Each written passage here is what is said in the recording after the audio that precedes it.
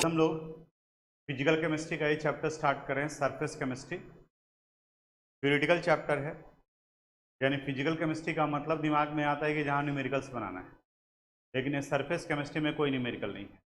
आसान सा चैप्टर है, यानी कि ईजिली स्कोर कर सकते हो, और जो क्वेश्चन पूछा जाता है वो स्ट्रेट फॉरवर्ड पूछा जाता है। यानी कि जैसे यहाँ बताएंगे कि देखो ये क्वेश्चन पूछता है, ये क्वेश्चन पूछता है, और जब प्रीवियस ईयर का क्वेश्चन देखोगे, आप क्वेश्चन बैंक सर्च करोगे तो आपको लगेगा कि हाँ बिल्कुल ये स्ट्रेट फॉरवर्ड है। और पढ़ने का तरीका वही होना चाहिए, जो अभी पढ़ रहे हैं उससे रिलेटेड देखें कि क्वेश्चन है या नहीं है। अगर क्वेश्चन रहेगा और आज आप पढ़े हैं तो बिल्कुल आपके दिमाग में बैठ जाएगा, और जब आप 1 महीने के बाद में देखेंगे तब तक तो आज का पढ़ा हुआ पार्ट ऑलरेडी डिलीट हो चुका है, तब वो आपके लिए बिल्कुल फिर नया रहेगा, क्योंकि लगता है कि ये इंपॉर्टेंट हो गया, आज हम ये सीखे हैं, तो आपके परमानेंट मेमोरी में शिफ्ट कर जाता है। सरफेस केमिस्ट्री में इतना कुछ पढ़ना है, थ्योरेटिकल पार्ट है। इंट्रोडक्शन वाले पोर्शन में हम लोग बात करेंगे कि सरफेस केमिस्ट्री कहते किसे हैं, फिर एडजॉर्प्शन और एब्जॉर्प्शन, ये दो अलग अलग टर्म हैं। जनरली अभी तक हम लोग पढ़ते आ रहे हैं या सुनते आ रहे हैं वो एब्जॉर्प्शन था, लेकिन यहाँ एक और नया टर्म आया है, वो एडजॉर्प्शन। देखेंगे कि एडजॉर्प्शन और एब्जॉर्प्शन में क्या डिफरेंस आता है। फिर है फिजिकल एडजॉर्प्शन और केमिकल एडजॉर्प्शन, यानी कि एडजॉर्प्शन के दो टाइप हैं। फिर एडजॉर्प्शन आइसोथर्म और आइसोबार, ये ग्राफिकल रिप्रेजेंटेशन है। देखते हैं, प्लान है यहाँ तक आज कंप्लीट करने का। फिर कोलाइडल स्टेट में आएगा, कोलाइड्स, टाइप ऑफ कोलाइड्स, इनके बारे में, प्रॉपर्टीज ऑफ कोलाइड्स, और लास्ट में एंजाइम्स वगैरह के बारे में हम लोग बात करेंगे, जो इस चैप्टर के रिलेटेड में दिया हुआ है। तो इंट्रोडक्शन में सबसे पहले हम लोग सरफेस केमिस्ट्री का डिफिनेशन लिखें, सुन लो फिर लिखवा देते हैं। सरफेस केमिस्ट्री उस ब्रांच ऑफ केमिस्ट्री को कहते हैं जहां पर हम लोग nature of surfaces and changes take place on it के बारे में बात करते हैं, यानी सरफेस से रिलेटेड इसके बारे में बात करना है। बहुत सारे प्रोसेस फेनोमेनन हैं जो सरफेस केमिस्ट्री में पढ़ते हैं, सरफेस फेनोमेनन में। जैसे आप देखते हो कि अगर कोई इलेक्ट्रॉनिक डिवाइस वगैरह खरीदते हैं, इवन अब तो कोई मेडिसिन वगैरह भी खरीदते हैं, तो वहाँ आपको एक पाउच मिलेगा। आप कोई कैमरा या मोबाइल खरीदते हैं तो उसमें एक पाउच रहेगा, और उसको अगर फाड़ते हैं अगर पाउच को आप, तो चीनी के जैसा उसमें क्रिस्टल दिखाई देगा। एक्चुअली वो क्रिस्टल सिलिका जेल है, वो सिलिका जेल है। इवन आप उसके ऊपर में देखोगे लिखा हुआ, तो पढ़ोगे आप तो उस पर सिलिका जेल लिखा होता है। ये सिलिका जेल डाला क्यों जाता है? जैसे अगर मान लें कि मोबाइल है, तो जिस वक्त में मोबाइल का पैकेजिंग किया गया है तो एटमॉस्फेयर में, एयर में मॉइस्चर तो है, और जब पैक किया गया तो उस पैकेट के अंदर में मॉइस्चर भी चला गया, और वो मॉइस्चर मोबाइल के जो मेटल कंपोनेंट हैं उसमें वो रस्ट लगाने का काम करे, यानी कि रस्ट लग सकता है, तो उससे बचने के लिए वहाँ पर वो डाल दिया जाता है। इवन आप जूता वगैरह भी खरीदेंगे तो वहाँ भी देखो कि वो डाला हुआ रहता है पाउच, क्योंकि जूते में फंगस लग सकता है, तो वहाँ पर उसका इस्तेमाल किया गया। और भी एग्जाम्पल्स में बहुत सारे आएंगे, एक एक करके हम लोग डिस्कस करेंगे। देखिए इंट्रोडक्शन में इसका,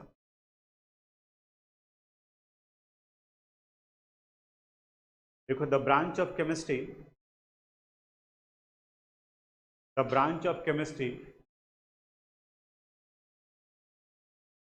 which deals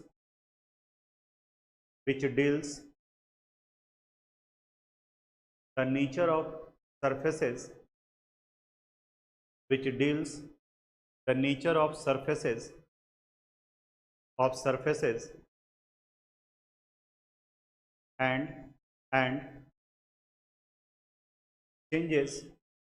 and changes take place on it, and changes take place on it is called surface chemistry, is called surface chemistry, surface chemistry। अब इस सरफेस केमिस्ट्री में हम लोग सबसे पहले डिस्कस करने जा रहे हैं एडजॉर्प्शन के बारे में। एडजॉर्प्शन और एब्जॉर्प्शन ये दो अलग अलग टर्म हैं, इसको एकदम इत्मीनान से समझ।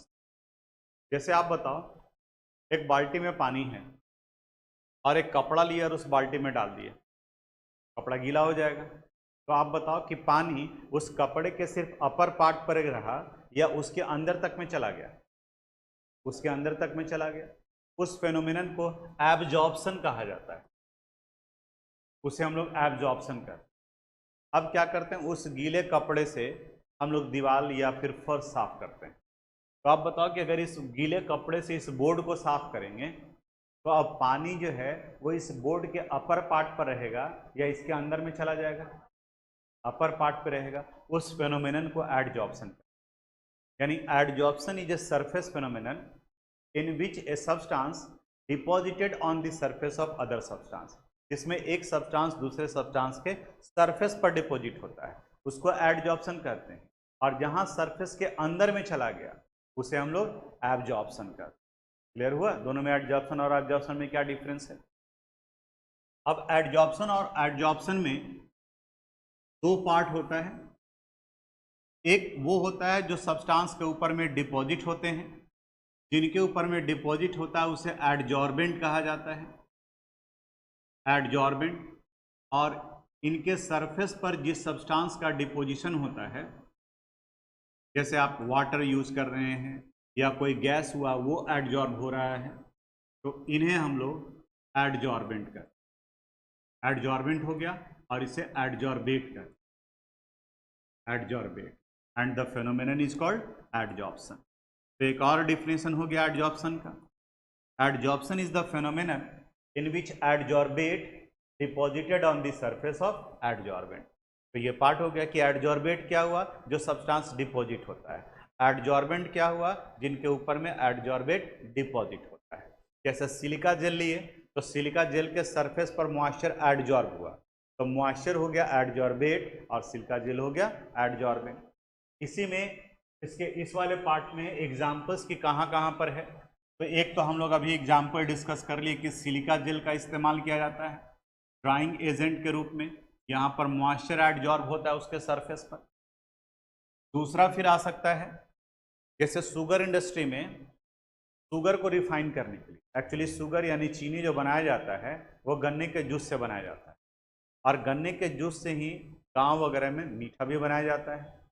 दोनों में शुगर कंटेंट ही है, दोनों का वैल्यू स्वीटनेस है, लेकिन दोनों के कलर में फर्क नजर आता है।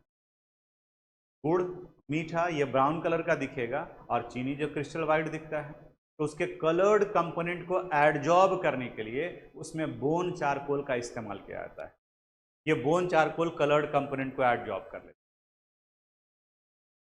फिर एक्टिव चारकोल का इस्तेमाल किया जाता है गैस मास्क में, गैस मास्क में इस्तेमाल करते हैं। तो ये मास्क का काम क्या करता है, एक्टिवेटेड चारकोल पॉइजनस गैसेज जैसे सल्फर डाइऑक्साइड गैस वगैरह हैं वो अपने सरफेस पर वो एडजॉर्ब कर लेता है, तो वहाँ पर वो एडजॉर्बेंट के रूप में काम कर रहा है। फिर आप एक प्यूरिट का नाम सुने होंगे, वाटर प्यूरिफायर था, तो प्यूरिट में क्लोरीन का इस्तेमाल किया जाता था। वो क्लोरीन जो है वो डिसइंफेक्टेंट को मारने का काम करता था, और वो पानी जो क्लोरीन से होकर के गुजरता था, तो अगर क्लोरीन डाला हुआ है पानी में तो उसके स्मेल की वजह से आप उसको पी नहीं पाओगे। जैसे कभी आप टैंक वगैरह साफ करने के लिए ब्लीचिंग पाउडर का इस्तेमाल करते हैं तो उसका स्मेल जो है वो आता रहेगा पानी में, क्लोरीन का स्मेल आप फील किए होंगे।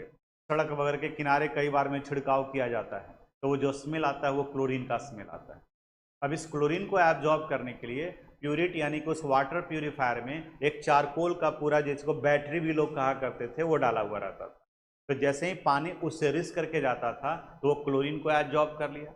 यानी कि गैस मास्क में जो एक्टिवेटेड चारकोल डाला होता है, ये एक्टिवेटेड चारकोल पॉइजनस गैसेज या जो अनफेवरेबल है हमारा, वो उसे एडजॉर्ब करने का काम करता है।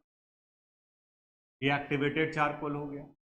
तीसरा हम लोग इस्तेमाल किए कि बोन चारकोल का इस्तेमाल किया जाता है, कहाँ पर, शुगर इंडस्ट्री में, जहाँ पर वो कलर्ड कंपोनेंट को एडजॉर्ब कर लेते हैं। अब इतनी बात को पहले लिखवा देते हैं, उसके बाद हेडिंग डालें एडजॉर्प्शन। देखो adsorption,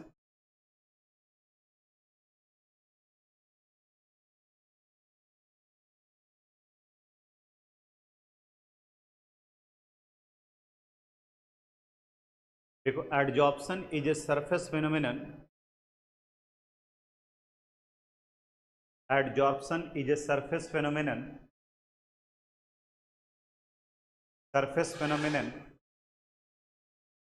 in which a substance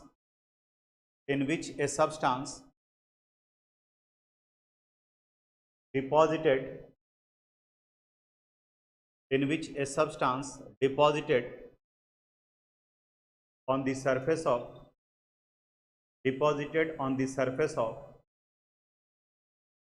other substance.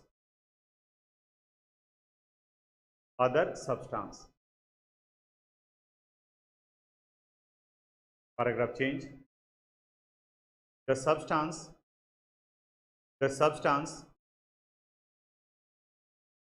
on which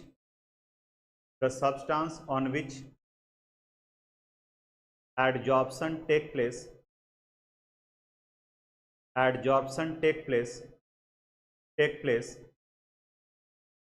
is called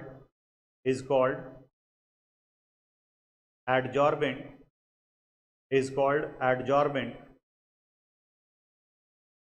while the substance which adsorb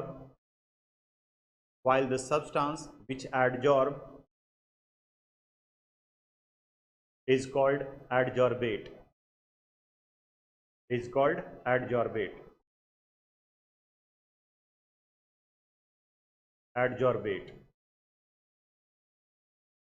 Paragraph change. Adsorption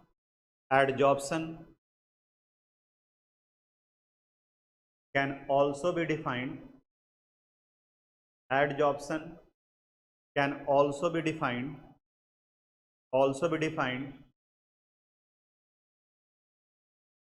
as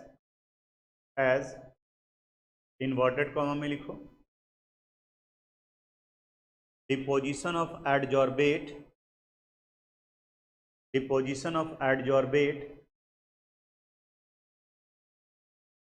on the surface of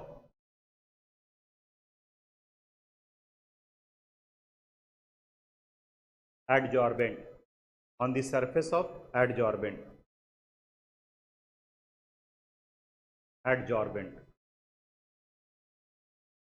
अब ये रफ स्केच बना लीजिए, रफ डायग्राम, बहुत ज़्यादा इसमें सोचना नहीं है।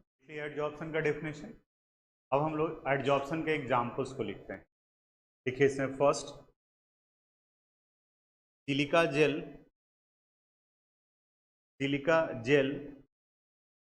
is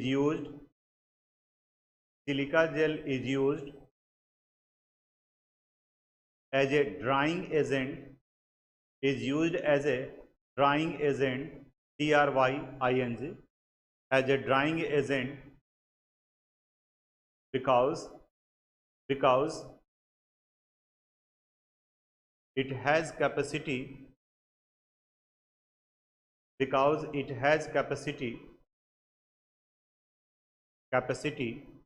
to adsorb the moisture.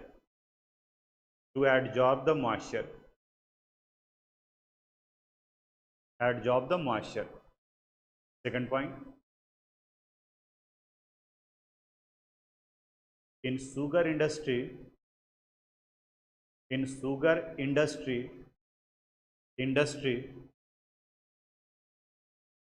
bone charcoal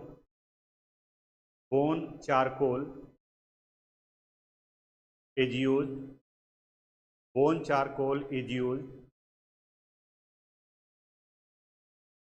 to adsorb the colored component.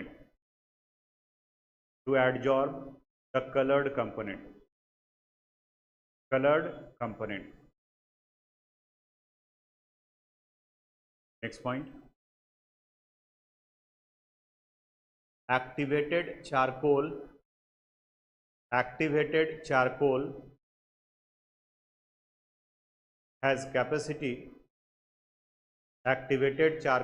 has capacity to adsorb the poisonous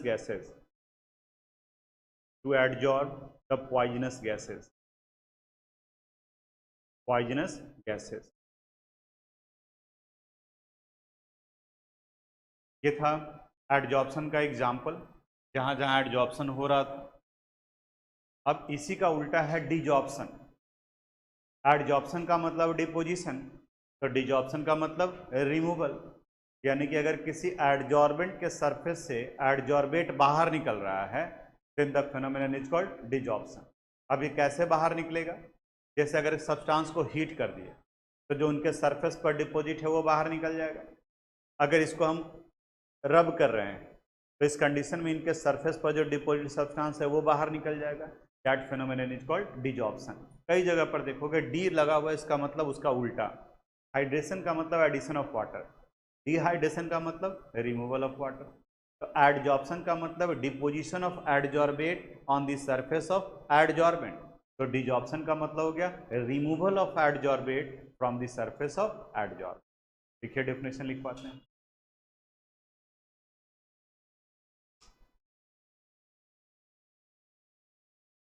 desorption,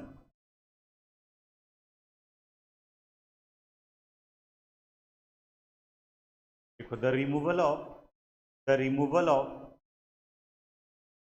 adsorbate, the removal of adsorbate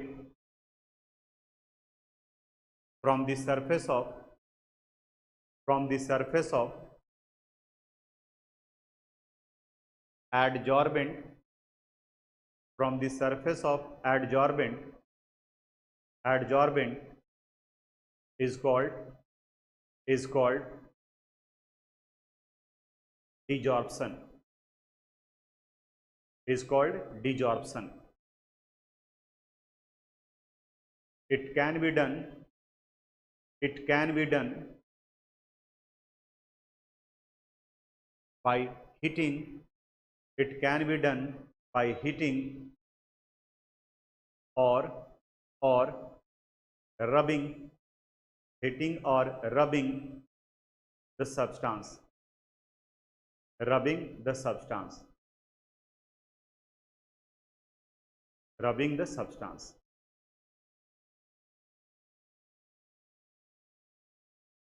next लिखो topic absorption. Absorption,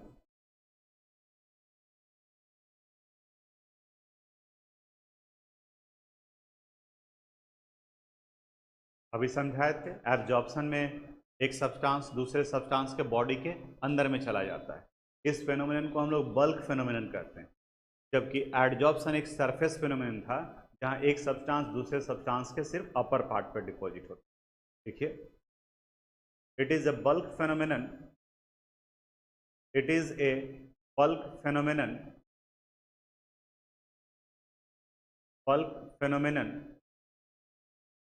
in which a substance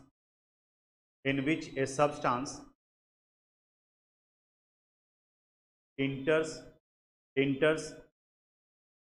inside the body of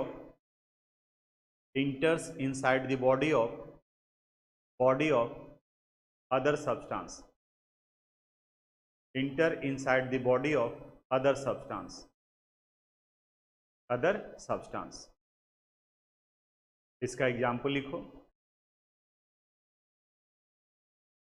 if a cotton cloth या cotton भी सिर्फ लिख सकते हो। If A cotton is dipped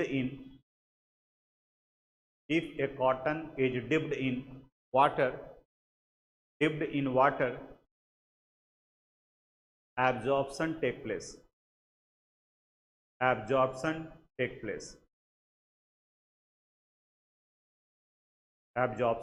place.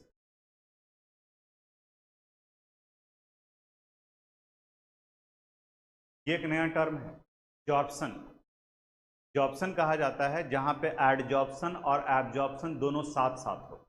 एक simple सा example बताते हैं। जैसे अगर हम लोग एक चौक लेते हैं, चौक किस कलर का होता है? वाइट कलर का होता है। ड्राई चौक जब देखते हैं तो ये वाइट है। इसको अगर पानी में डालोगे तब इसका कलर डल हो जाता है। वाइट ही रहता है लेकिन अब ये डल हो जाता है, पता चलता है कि ये गीला दिख रहा है। आपको क्या करना है, इसको पानी में नहीं डालना है, इसको इंक में डालना है। यानी इस चौक को इंक में डालते हैं। यहाँ डिप करेंगे और डिप करने के बाद में अब निकालो। ठीक है, ये इंक जो है वो ब्लू या ब्लैक कलर का है तो पूरे चौक को कलर कर देगा। लेकिन जब इस चौक को तुम तोड़ोगे तो तोड़ने के बाद में आपको आश्चर्य होगा कि इसका ये वाला पार्ट तो कलर दिखेगा यहां तक, यानी कलर सिर्फ यहीं तक दिखेगा और अंदर वाला पार्ट जो है डल वाइट दिखेगा। तो डल वाइट दिखेगा का मतलब ये हुआ कि कलर्ड कंपोनेंट इसके सिर्फ अपर पार्ट तक रहा और जो पानी है वो इसके बॉडी के अंदर तक चला गया। तो पानी बॉडी के अंदर तक गया यानी कि वो एब्जॉर्प्शन हो गया और कलर्ड कंपोनेंट सिर्फ इसके अपर पार्ट पर डिपॉजिट हुआ यानी कि यहाँ एडजॉर्प्शन। तो वैसे फिनोमिनन जहाँ एब्जॉर्प्शन और एडजॉर्प्शन दोनों साथ साथ होते हों उन्हें जॉर्प्शन कहा जाता है, जॉर्प्शन में। और जैसे कॉटन थ्रेड को अगर हम डाई में डिप करते हैं तो डाई में डिप करने के बाद में कलर्ड कंपोनेंट सिर्फ थ्रेड यानी कि धागा के अपर पार्ट पर डिपॉजिट होता है। तो अपर पार्ट पर डिपॉजिट हो रहा है तो बताओ एडजॉर्प्शन या एब्जॉर्प्शन? एडजॉर्प्शन। लेकिन जो सॉल्वेंट है जिसमें डाई बनाया गया है वो पूरे थ्रेड के अंदर तक चला गया, अब वो क्या कहा जाएगा? एब्जॉर्प्शन। तो दोनों एक साथ में हो रहा है तो वैसे फिनोमिनन को हम लोग जॉर्प्शन करते हैं। बोर्ड एग्जामिनेशन ने पूछा यह क्वेश्चन। देखिए इसका definition, the phenomenon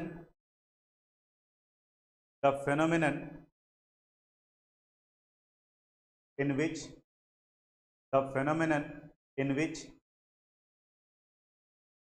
absorption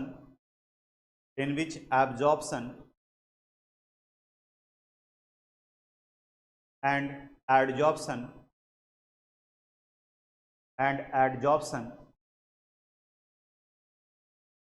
take place simultaneously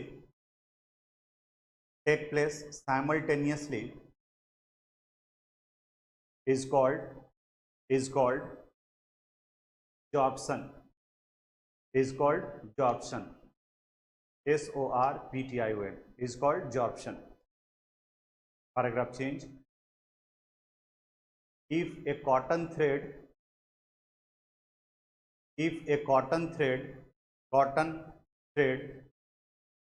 is dipped in dye, DYE, if a cotton thread is dipped in dye, the colored component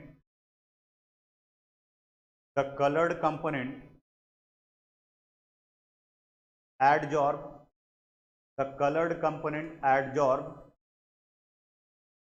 while the solvent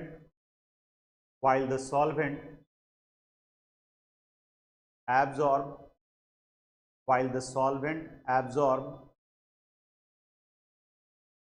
in the phenomenon, in the process, absorb in the process,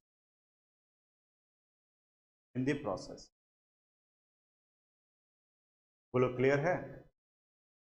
तो adsorption बता दिए surface phenomenon, absorption बता दिए bulk phenomenon, और अगर ये दोनों किसी में एक साथ हो रहा हो एडजॉर्प्शन भी और एब्जॉर्प्शन भी तब उन्हें कहा जाएगा जॉर्प्शन। और एडजॉर्प्शन का ही ठीक उल्टा है जिसे कहा गया डीजॉर्प्शन, यानी जिसमें एडजॉर्बेंट के सरफेस से बाहर निकलता है। आगे देखते हैं हम लोग। अब यहाँ पर डिफरेंस है एडजॉर्प्शन और एब्जॉर्प्शन का, जो लिखे हैं वही पार्ट यहाँ पर भी डिस्कस किया गया है। देखो यहाँ एडजॉर्प्शन में क्या करा है, it is a surface phenomenon, जबकि एब्जॉर्प्शन क्या है, it is a bulk phenomenon. Bulk कहने का मतलब पूरे बॉडी में होता है और ये सिर्फ अपर पार्ट पर होता है। सेकेंड पॉइंट है it occur initially fast and then become slow, क्योंकि स्टार्टिंग में पूरा सरफेस खाली है लेकिन जब इसके सरफेस पर डिपोजिशन शुरू होगा तो अब सरफेस एरिया जो खाली है वो धीरे धीरे कम होने लगेगा, तो इनका रेट जो स्लो होगा, जबकि take place with uniform speed, absorption uniform speed से। यहाँ इनिट concentration is maximum on the surface, क्योंकि एडजॉर्प्शन सिर्फ सरफेस पर ही होता है तो सब्सटेंस का कंसंट्रेशन सरफेस पर ज़्यादा होगा, जबकि इसमें कंसंट्रेशन पूरे बॉडी में यूनिफॉर्म होता है, सब जगह पर बराबर होता है। सिलिका जेल एडजॉर्ब मॉइस्चर और anhydrous calcium chloride absorb moisture. देखो दोनों को इस्तेमाल किया जाता है। एक क्वेश्चन में पूछा गया है कि both silica gel and calcium chloride are used as a drying agent, दोनों गैस को ड्राई करने के लिए यूज किया जाता है। लेकिन दोनों में क्या डिफरेंस है? तो सिलिका जेल एडजॉर्ब करता है, सब्सटेंस को सिर्फ अपर पार्ट पर डिपॉजिट करता है, जबकि कैल्शियम क्लोराइड सब मॉइस्चर को एब्जॉर्ब कर लेता है। ये मॉइस्चर को एडजॉर्ब करता है और ये मॉइस्चर को एब्जॉर्ब कर लेता है, और जब ये एब्जॉर्ब करेगा तो खुद गीला हो जाएगा। जैसे आप नमक देखते होंगे, मैग्नीशियम क्लोराइड भी पाया जाता है, वो भी इसी अनुसार से करता है, वो मॉइस्चर को एब्जॉर्ब करता है, तो बरसात के दिन में वो गीला हो जाएगा। लेकिन जो सिलिका जेल है उसको आप गीला होते हुए नहीं देखेंगे, क्योंकि वो पूरे बॉडी के अंदर में नहीं, सिर्फ अपर पार्ट पर ही डिपॉजिट करता है। तो कम अमाउंट में करेगा, ये ज़्यादा अमाउंट में करेगा। लेकिन इसका डिसएडवांटेज ये है कि आप इमेजिन करो कि आप जो है रखे हैं जूते के अंदर में कैल्शियम क्लोराइड, तो ये क्या काम करेगा कि पूरे मॉइस्चर को एब्जॉर्ब करेगा, और एब्जॉर्ब करने के बाद में अब ये खुद क्या हो जाएगा, गीला हो जाएगा। तो सोच के देखो कि जिस जगह पे रखा हुआ है उस जगह तो और ज़्यादा फंगस लग जाएगा। तो ये एब्जॉर्प्शन हुआ, जबकि ये इसका इस्तेमाल किया गया क्योंकि ये गीला नहीं होगा, ड्राई ही रहेगा, क्योंकि ये कम अमाउंट में ऐड डिपॉजिट कर रहा है सब्सटेंस को। तो ये इन दोनों के बीच में डिफरेंस। कितने नंबर का क्वेश्चन पूछा जाता है उसके अनुसार से आप डिफरेंसेस को जो है वो लिख सकते हो। 1-2 नंबर का क्वेश्चन है तो 1-2 point. Adsorption is a surface phenomenon, it is a bulk phenomenon, in its concentration is maximum top, it has uniform concentration throughout the body। एक एक एग्जाम्पल सिलिका जेल और यहाँ पर कैल्शियम क्लोराइड। तो difference का जगह छोड़ दो, आप इसको आप कॉपी कर लेना, ठीक है। यहाँ दिख रहा है, बोर्ड वर्क भी सेंड कर देंगे, उससे भी कर लोगे। अब यहाँ देखो थोड़ा सा, अब इधर का पार्ट जो थ्योरेटिकल है, जो लिखवाने वाला था वो लिखवाए हैं। अब इधर देखना सम इम्पॉर्टेंट टर्म्स, कुछ और टर्म्स जो है वो एडजॉर्प्शन वगैरह से रिलेटेड है। जैसे यहाँ इंथैल्पी ऑफ एडजॉर्प्शन, इंथैल्पी यानी कि एनर्जी कहा जाता है, और इंथैल्पी बहुत आया था थर्मोडायनेमिक्स क्लास 11th में। Enthalpies of formation, enthalpies of combustion, enthalpies of dissolution, enthalpy of sublimation. बस उसी तरीके से यहाँ भी टर्म आया इंथैल्पी ऑफ एडजॉर्प्शन, यानी कि 1 मोल कोई सब्सटेंस किसी एडजॉर्बेंट के सरफेस पर डिपॉजिट हो रहा है, तो उस कंडीशन में जो इंथैल्पी चेंज होगा that is called enthalpy of adsorption. यहाँ देखो लिखा the amount of energy release इसलिए क्योंकि जब एडजॉर्बेट और एडजॉर्बेंट जुड़ता है, उनके बीच में बॉन्ड बनता है, तो आप पढ़े होंगे कि bond making process is exothermic, यानी हीट एनर्जी बाहर निकलेगा, and bond breaking process is endothermic, यानी वहाँ हमें एनर्जी देना पड़ता है। तो यहाँ एडजॉर्बेंट के सरफेस पर जुड़ेगा, जब बॉन्ड बनेगा तो बॉन्ड बनते वक्त में वो एनर्जी क्या करेगा, रिलीज करेगा। तो the amount of energy release when 1 mole of adsorbate deposited on the surface of adsorbent is called enthalpy of adsorption। Physical adsorption और केमिकल एडजॉर्प्शन आगे पढ़ेंगे। फिजिकल एडजॉर्प्शन में इसका वैल्यू है 20 to 40 किलो जूल पर मोल, और chemical adsorption में 80 to 240 kilo joule per मोल। एक चीज़ यहाँ बताना चाहते हैं, कई जगह पर देखोगे कि यहाँ पर ये -20 to -40, यहाँ -80 to -240 ये लिखा रहेगा। माइनस का मतलब हुआ कि वो प्रोसेस एक्सोथर्मिक है। थर्मोडायनेमिक्स में क्लास 11th में पढ़े होंगे, अगर कोई सिस्टम एनर्जी रिलीज कर रहा है, सिस्टम का एनर्जी घट रहा है, एक्सोथर्मिक है, तो वहाँ डेल्टा एच का वैल्यू निगेटिव हो जाता है, और अगर एंडोथर्मिक प्रोसेस है, एनर्जी एब्जॉर्ब कर रहा है, तब वो डेल्टा एच का वैल्यू पॉजिटिव होता है। तो यहाँ इसलिए निगेटिव है। हालांकि स्टार्टिंग में ही जब आप लिख दिए हैं कि एनर्जी रिलीज, तो जब एनर्जी रिलीज लिखा गया है तब वहाँ पर ये साइन निगेटिव देने का कोई ज़रूरत नहीं है, क्योंकि ये तो ऑलरेडी सेंस निकल रहा है। लेकिन आप ध्यान रखो कि कंफ्यूज मत कर जाओगे कि सर यहाँ माइनस दिया हुआ और आप प्लस दिए हैं। अगर आप स्टेटमेंट में लिख दिए हैं कि रिलीज हो रहा है तो फिर माइनस लिखने का ज़रूरत नहीं है। अगर सिर्फ आप डेल्टा एच लिख रहे हैं तब वहाँ निगेटिव दिखाना पड़ेगा, क्योंकि प्रोसेस किस नेचर का है, एक्सोथर्मिक, यहाँ एनर्जी रिलीज हो रहा है। यहाँ देखो adsorption is always exothermic in nature। क्यों? Because a bond is formed between adsorbate and adsorbent during adsorption, and we know bond making process is always exothermic in nature। अभी जो आपको समझा रहे थे वही पार्ट यहाँ लिखे हैं। On adsorption the entropy decreases, and for a spontaneous process the value of Gibbs energy change should be negative and could be possible only if the case is exothermic in process। Spontaneous non spontaneous process, ये delta G से पता चलता है अगर delta G का value negative है तो process spontaneous होगा, यानी कि पॉसिबल है। अगर पॉजिटिव होगा तो नॉन स्पॉन्टेनियस। ये सब थर्मोडायनेमिक्स में था। इसके लिए एक फार्मूला था, delta G is equal to delta H minus T into delta S. तो यहाँ पैराग्राफ चेंज करके स्टेटमेंट दिया हुआ है कि जब सब्सटेंस डिपॉजिट होता है तो उसका मॉलिक्यूलर मूवमेंट रुक जाता है, यानी कि रैंडमनेस और मॉलिक्यूलर मूवमेंट कम हो जाएगा। तो डेल्टा एस का वैल्यू निगेटिव हो गया। देखो तो ये निगेटिव और ये निगेटिव क्या बन जाएगा, पॉजिटिव। तो डेल्टा जी को अगर निगेटिव बनाना है तो डेल्टा एच का वैल्यू किस में होना चाहिए, निगेटिव में, तभी वो हो पाए। वैसे इंथैल्पी ऑफ एडजॉर्प्शन का डिफिनेशन आप याद रखो। आगे extent of adsorption. Extent of adsorption क्या है, the amount of adsorbate deposited on per unit mass of adsorbent is called extent of adsorption. यानी एक्सटेंट ऑफ एडजॉर्प्शन को x बाई एम से रिप्रेजेंट करते हैं, जहां x रिप्रेजेंट करता है अमाउंट ऑफ एडजॉर्बेट को, यानी कि कितना डिपॉजिट हुआ है, अमाउंट ऑफ एडजॉर्बेट, और m रिप्रेजेंट करता है अमाउंट ऑफ एडजॉर्बेंट को, यानी कि per unit mass of adsorbent कितने सब्सटेंस का डिपोजिशन होता है वह उसका एक्सटेंट ऑफ एडजॉर्प्शन कहा जाता है। ये आगे ग्राफ बनाने में यूज हो। टाइप्स ऑफ एडजॉर्प्शन जो अभी हम लोग देख रहे थे, एक फिजिकल था और दूसरा क्या था, केमिकल। दोनों में डिफरेंस क्या है, अगर एडजॉर्बेट और एडजॉर्बेंट के बीच में वीक वान डेर वाल फोर्स लग रहे हैं, वीक बॉन्ड बन रहे हैं, तब उन्हें फिजिकल एडजॉर्प्शन कहा जाएगा। अगर एडजॉर्बेट और एडजॉर्बेंट के बीच में स्ट्रॉन्ग केमिकल बॉन्ड बन रहा है तो उन्हें केमिकल एडजॉर्प्शन कहा जाएगा। वीक बॉन्ड जहां बन रहा है वो आसानी से बॉन्ड बन भी सकते हैं और आसानी से बॉन्ड क्या हो सकते हैं, टूट भी सकते हैं, क्योंकि वो वीक है। और चूंकि वीक बॉन्ड बन रहा है इसलिए यहाँ जो एनर्जी रिलीज होगा उनका अमाउंट कम होगा। जबकि केमिकल एडजॉर्प्शन स्ट्रॉन्ग बॉन्ड बन रहा है तो सभी के केस में केमिकल बॉन्ड नहीं बनेगा। केमिकल एडजॉर्प्शन करने के लिए आपको पहले एनर्जी देना पड़ता है, और जब आप एनर्जी देते हैं तो मॉलिक्यूल एटम में कन्वर्ट करता है और अब एटम एडजॉर्बेंट के साथ में बॉन्ड बनाता है। तो फिजिकल एडजॉर्प्शन और केमिकल एडजॉर्प्शन में डिफरेंस क्या है कि फिजिकल एडजॉर्प्शन रिवर्सिबल नेचर का होता है, रिवर्सिबल यानी कि बने भी और टूटे भी।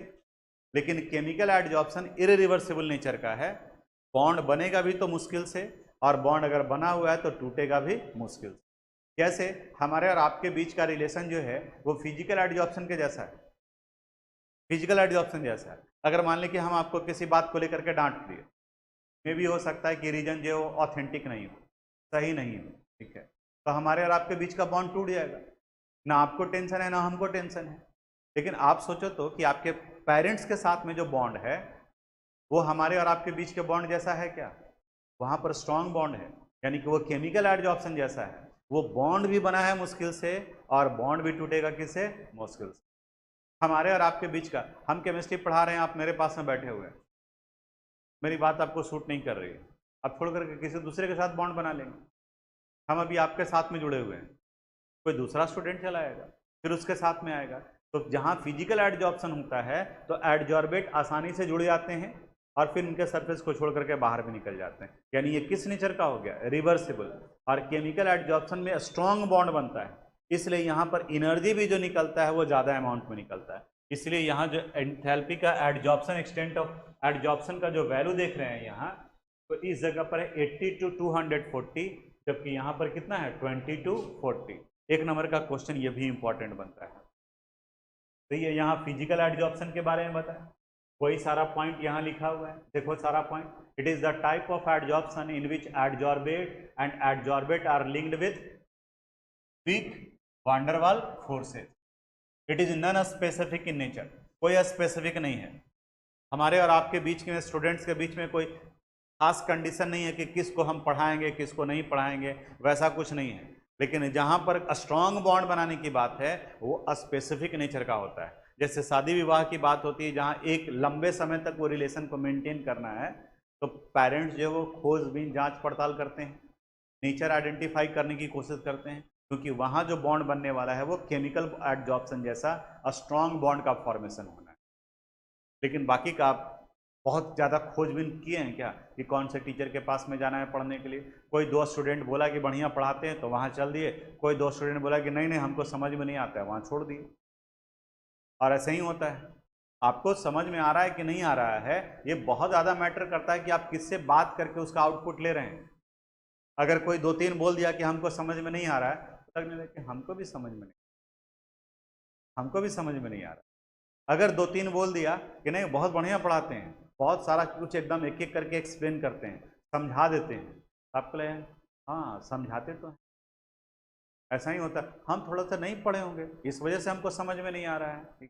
तो देखते हो अपना दिमाग जो है वो सामने वाले के ऊपर में डिपेंड करता है। अगर पाँच छः आदमी तुमको बोल देना यार क्या बात है बहुत कमज़ोर लग रहे हो, तो तुमको अपने आप में फील होने लगेगा कि आज तुम कमज़ोर जैसा लग रहे हो। ऐसे ही तुम एकदम हेल्दी हो, नॉर्मल हो, लेकिन बस पाँच छः अलग अलग टाइम पर तुमको टोक दे कि आज कमज़ोर लग रहे हो, आज उदास लग रहे हो, तो वो आ जाएगा प्रॉपर्टीज में, वो आ जाएगा। देखते हो हॉस्पिटल वगैरह में डॉक्टर आते हैं बोलते हैं अरे वाह आप तो बहुत ठीक हो रहे हैं, ठीक है गुड, इस तरह से हुआ तो आप तो एकदम दौड़िएगा, आप तो ठीक हो गए। तो उस दिन पेशेंट को थोड़ा सा ज़्यादा रिलैक्स फील करता है, अरे ये तो डॉक्टर साहब बोले कि हम ठीक हैं, अब कुछ दिक्कत ही नहीं है हमको। कई बार मैं देखते हो कि पेशेंट जाता है डॉक्टर के पास से और वहाँ जाते ही बीमारी कम हो जाता है, पहले जो दर्द ज़्यादा है और वहाँ से निकला उसके बाद में फिर बातचीत करते चला है, डॉक्टर मोटिवेट कर देते हैं ये सब कुछ है थोड़ी ना, ये मामूली चीज़, रात में दवा खाइएगा कल से जो सब नॉर्मल है, आप अपना काम करने के लिए जाइए, बस रिलैक्स हो गया। और अगर डॉक्टर कह दिया इतना बड़ा बीमारी हो गया, ऐसे में तो बचता बहुत कम है, हो सकता है कि वो हार्ट अटैक कर जाओ। कई वैसे भी पेशेंट हुए हैं जो ले गए हैं पेशेंट को दिखाने के लिए और वहाँ पे बता दिया कि अच्छा हम भी अपना ब्लड टेस्ट करवा लेते हैं, ऐसा भी इंसिडेंट है, हम नाम नहीं बताएंगे, आप में भी अगर जानते भी होंगे। तो ले गए अपने रिलेटिव को दिखाने के लिए, ब्लड टेस्ट वगैरह का पूरा रूटीन चेकअप हो रहा था, तो सोचे कि अब यहाँ हम हैं ही हैं, कम ही चार्ज लग रहा है, तो अपना वो दिखा दिए बेचारे। अब अपना दिखाया तो ब्लड रिपोर्ट आया तो इनमें बहुत सारा चीज़ जो वो निकल गया, ठीक है। अब निकल गया रिपोर्ट आते हैं उसके बाद में वो पेशेंट से ज़्यादा सीरियस यही पेशेंट हो गया और नहीं बचे, नहीं बचे। ये साइकोलॉजिकल इफेक्ट पड़ता है, बहुत इफेक्ट पड़ता है। तो खैर यहाँ पर तो हम लोग फिजिकल एडजॉर्प्शन, इसका it has low enthalpy of adsorption, कितना है 20 to 40 kilo joule per mole, it is reversible in nature, it decreases on increasing the temperature, क्योंकि जैसे ही आप टेम्परेचर दोगे तो पहले से जो डिपोजिट सब्सटेंस है वो डिजॉर्प्शन शुरू कर देगा, यानी कि इनका बॉन्ड जो वो टूटना शुरू हो जाएगा, तो ये घटेगा। केमिकल एडजॉर्प्शन में डिफरेंस है यहाँ, ये देखो, it is the type of adsorption in which adsorbate and adsorbent are linked with a strong chemical bond. A strong chemical bond बनाता है chemical adsorption. It is a specific in nature, means only those gases can adsorb which can form chemical bond with adsorbent. यानी सब का सब chemical adsorption show नहीं करेगा, जो उसके साथ बॉन्ड बना सकता है वही जुड़ेगा। आगे it has comparatively high enthalpy of adsorption, और इसका वैल्यू कितना है 80 to 240 kilo joule per mole. It is irreversible in nature, it first increases then decreases on increasing the temperature. इसका क्या मतलब हुआ? इसका मतलब ये हुआ कि अगर कोई सब्सटेंस A2 है और इनका इसके सरफेस पर डिपोजिशन कराना है, ये एडजॉर्बेंट है, ये एडजॉर्बेंट है, तो A2 मॉलिक्यूल है, इसके ऊपर में डिपोजिट होगा ही नहीं क्योंकि मॉलिक्यूल स्टेबल फॉर्म है। तो सबसे पहले ये मॉलिक्यूल क्या करेगा, ए और ए इनके बीच का ये बॉन्ड टूटेगा, और आप पढ़ें कि बॉन्ड तोड़ने के लिए bond breaking process is endothermic in nature, यानी आपको अपनी तरफ से एनर्जी क्या करना पड़ेगा, देना पड़ेगा। और जब आप बॉन्ड इसके तोड़ेंगे तब ये एटम में कन्वर्ट कर गया, अब ये ए और ए एटम हो गया, तो अब इनके बीच में ये बॉन्ड बनेगा, ये बॉन्ड बनेगा। तो इसीलिए जब आप टेम्परेचर देते हैं तो पहले इनका ग्राफ ऊपर की तरफ में जाएगा, जब सारे इनके ऊपर में डिपॉजिट हो गया तो फिर ये नीचे की तरफ में जाएगा, क्योंकि पहले जो एनर्जी दे रहे थे वो मॉलिक्यूल के बॉन्ड को तोड़ने में खर्च हो रहा था, और जब इनके बीच में बॉन्ड बन गया फिर भी अगर आप एनर्जी कंटिन्यूसली सप्लाई कर रहे हैं तो अब इस बॉन्ड को तोड़ेगा, अब इस बॉन्ड को तोड़ेगा तो अब इनके सरफेस से निकलना शुरू हो जाएगा, यानी कि डिजॉर्प्शन। अब देखो तो डिफरेंस लिखा जाएगा, फिजिकल एडजॉर्प्शन और केमिकल एडजॉर्प्शन, ऐसे ही बोलो तो दो चार डिफरेंस जो है वो, पहले इनके इंटरैक्टिव फोर्स में, फिजिकल एडजॉर्प्शन में कौन सा बॉन्ड, वांडर वाल फोर्स, केमिकल एडजॉर्प्शन में केमिकल बॉन्ड, फिजिकल एडजॉर्प्शन में 20 to 40 किलो जूल पर मोल, और इसमें 80 to 240 kilo joule per mole. Physical adsorption reversible in nature, chemical adsorption irreversible in nature. Physical adsorption non specific in nature, chemical adsorption specific in nature. तो 2 number का question पूछ सकता है और हम लोग 4-5 पॉइंट लिख लिए। तो जो आगे लिखा हुआ है उसी को किस में कन्वर्ट किया जा सकता है, डिफरेंस में। तो इसको करोगे जरूर, ठीक है। आज ही घर में बैठ करके इसको कंप्लीट करोगे, आधा घंटा 45 मिनट के करीब में टाइम लगेगा। तो जहाँ जो छोड़े हैं, और छोड़े कुछ नहीं, एक्चुअली वो तो लिखा हुआ है, याद भी नहीं रहेगा तो कोई बात नहीं, यहाँ तो सारा पॉइंट है ना, वही तो सारा पॉइंट है जो उसके साथ में है, वो यहाँ पर ये दिया हुआ है। यहाँ पर 2 पढ़ना है हम लोग को, ग्राफ पढ़ना है, ग्राफिकल रिलेशन है एक्सटेंट ऑफ एडजॉर्प्शन और टेम्परेचर के बीच में। तो जब एक्सटेंट ऑफ एडजॉर्प्शन और टेम्परेचर के बीच में ग्राफ डालेंगे तो प्रेशर को कांस्टेंट कर देंगे, तब उन्हें कहा जाएगा एडजॉर्प्शन आइसोबार। और अगर टेम्परेचर को कांस्टेंट कर दिए तब उन्हें कहा जाएगा आइसोथर्म। तो ये ग्राफिकल रिप्रेजेंटेशन है। एक ग्राफिकल रिप्रेजेंटेशन आएगा फिजिकल एडजॉर्प्शन के लिए और दूसरा ग्राफिकल रिप्रेजेंटेशन आएगा केमिकल एडजॉर्प्शन के लिए। यानी इस जगह पर हम लोग वाई एक्सिस पर एक्सटेंट ऑफ एडजॉर्प्शन को रखते हैं और यहाँ पर हम लोग टेम्परेचर को रखते हैं। 2 ग्राफ बनाते हैं, एक बना रहे हैं फिजिकल एडजॉर्प्शन के लिए और दूसरा बना रहे हैं केमिकल एडजॉर्प्शन। यहाँ पर भी x/m और इस जगह पर टेम्परेचर केल्विन में होना चाहिए। अभी हम लोग पढ़े हैं कि जैसे जैसे टेम्परेचर बढ़ाते जाएंगे, यानी कि इधर वैल्यू बढ़ता जाएगा, तो एक्सटेंट ऑफ एडजॉर्प्शन यानी कि जो सरफेस पर डिपॉजिट सब्सटेंस हैं वो धीरे धीरे कम होने लगेंगे, क्योंकि वहाँ पर क्या स्टार्ट हो जाता है, डिजॉर्प्शन। और ये किस कंडीशन में आ रहा है, क्या कांस्टेंट कर दिए हैं आप, एट कांस्टेंट प्रेशर। जब प्रेशर का वैल्यू आप कांस्टेंट कर रहे हैं। केमिकल एडजॉर्प्शन के केस में जब टेम्परेचर बढ़ा रहे हैं इधर से इधर, तो पहले एक्सटेंट ऑफ एडजॉर्प्शन का वैल्यू बढ़ रहा है। देखो यहाँ बढ़ रहे हैं तो chi/m का वैल्यू भी, x/m का वैल्यू भी बढ़ रहा है। और एक समय ऐसा आ गया जब पूरा का पूरा सब्सटेंस डिपॉजिट हो गया तो अब ये नीचे की तरफ में जाए, यानी अभी एक्सटेंट ऑफ एडजॉर्प्शन का वैल्यू क्या हो रहा है, कम हो रहा है। ये दोनों में डिफरेंस पता चले तो ये किसके लिए हम लोग ग्राफ बनाए हैं, फिजिकल एडजॉर्प्शन के लिए। क्या ये हो गया फिजिकल एडजॉर्प्शन के लिए, और ये किसके लिए बनाए हम लोग, केमिकल एडजॉर्प्शन के लिए। केमिकल एडजॉर्प्शन, केमिकल एडजॉर्प्शन अभी बताएं, उसी पार्ट को यहां लिख दिए हैं। In the case of physical adsorption there is weak interaction और weak van der Waals interaction between adsorbate and adsorbent molecule, and therefore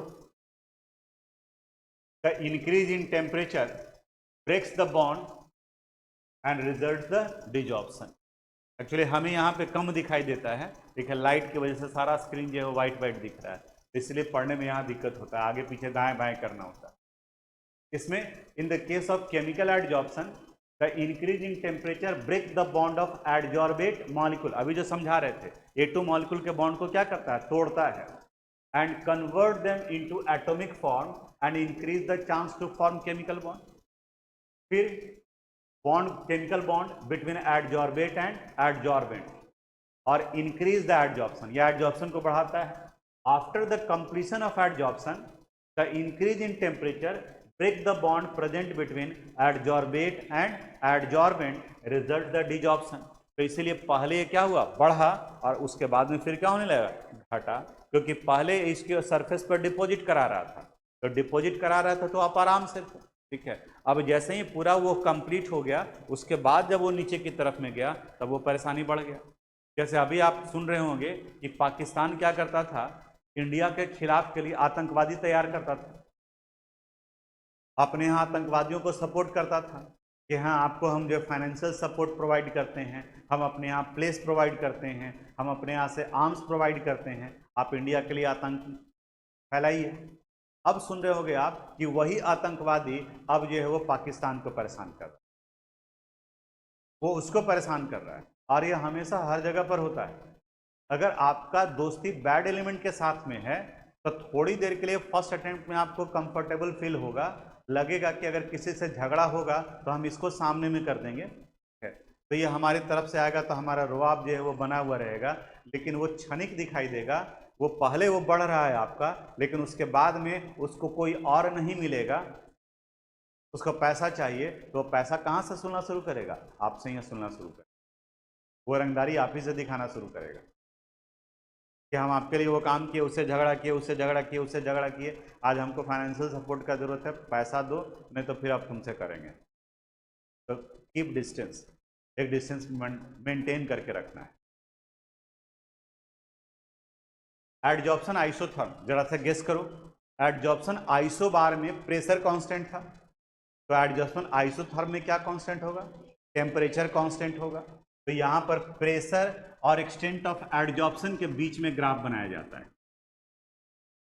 यहां x/m और इस जगह पर प्रेशर, प्रेशर को किससे रिप्रेजेंट करेंगे? P से। तो यहां ये पता चलता है कि स्टार्टिंग में जब आप प्रेशर डाल रहे हैं तो ज़्यादा से ज़्यादा गैस एडजॉर्ब हो रहा है, लेकिन एक समय आने के बाद में अब ये नहीं बढ़ेगा, चाहे आप जितना भी प्रेशर बढ़ाते चले जाओ, अब ज़्यादा गैस नहीं एडजॉर्ब होगा। तो ये जिस जगह पर मैक्सिमम जिनका वैल्यू है उसे हम लोग इसका सैचुरेशन प्रेशर कहते हैं, इन्हें कहा जाता है सैचुरेशन प्रेशर, सैचुरेशन प्रेशर, और इसी को रिप्रेजेंट किया जाता है PS से। और इस जगह पर कांस्टेंट क्या है? क्योंकि ये आइसोथर्म है तो ये हो गया एट कांस्टेंट टेम्परेचर, यानी कि जहां पर टेम्परेचर का वैल्यू कांस्टेंट है। अब इसी से एक मैथमेटिकल रिलेशन इस्टेब्लिश किया गया है, जिसे फ्रेंडलिच एडजॉर्प्शन आइसोथर्म कहा जाता है, इसी अनुसार से। अब देखो ये फ्रेंडलिच एडजॉर्प्शन आइसोथर्म में क्या कहता है कि जब मैथमेटिकल रिलेशन है तो एट लो प्रेशर की बात करें तो एक्सटेंट ऑफ एडजॉर्प्शन और प्रेशर ये दोनों एक दूसरे का डायरेक्टली प्रोपोर्शनल, यानी डायरेक्टली प्रोपोर्शनल टू P। और क्या लिख सकते हैं इसे? x/m would be equal to K into P, इसे इक्वेशन फर्स्ट मान। अब at high pressure, high pressure यहां देखना थोड़ा सा मैथमेटिकल रिलेशन आएगा। हाई प्रेशर पर x/m का वैल्यू हमेशा ये जाकर के क्या हो जा रहा है? कांस्टेंट। ग्राफ में पढ़े होंगे, इस तरीके से तो डायरेक्टली प्रोपोर्शनल, नीचे की तरफ में आ रहा है तो इनवर्सली प्रोपोर्शनल, और स्ट्रेट हो गया इस तरीके से तो कांस्टेंट। तो यहां पर ये वैल्यू कांस्टेंट हो गया, x/m is equal to constant. अब यहां देखो इसी को हम लोग और क्या लिख सकते हैं? कांस्टेंट को किससे रिप्रेजेंट किया जाता है? K से। तो x/m इज इक्वल टू बताओ K लिख सकते हैं। और जरा देखना ध्यान से, तो इस x/m को हम लोग K into P to the power 0 लिख सकते हैं। P टू द पावर 0 करोगे तो कितने के बराबर? 1 के बराबर। तो 1 इंटू K करेंगे तो K के बराबर हो गया।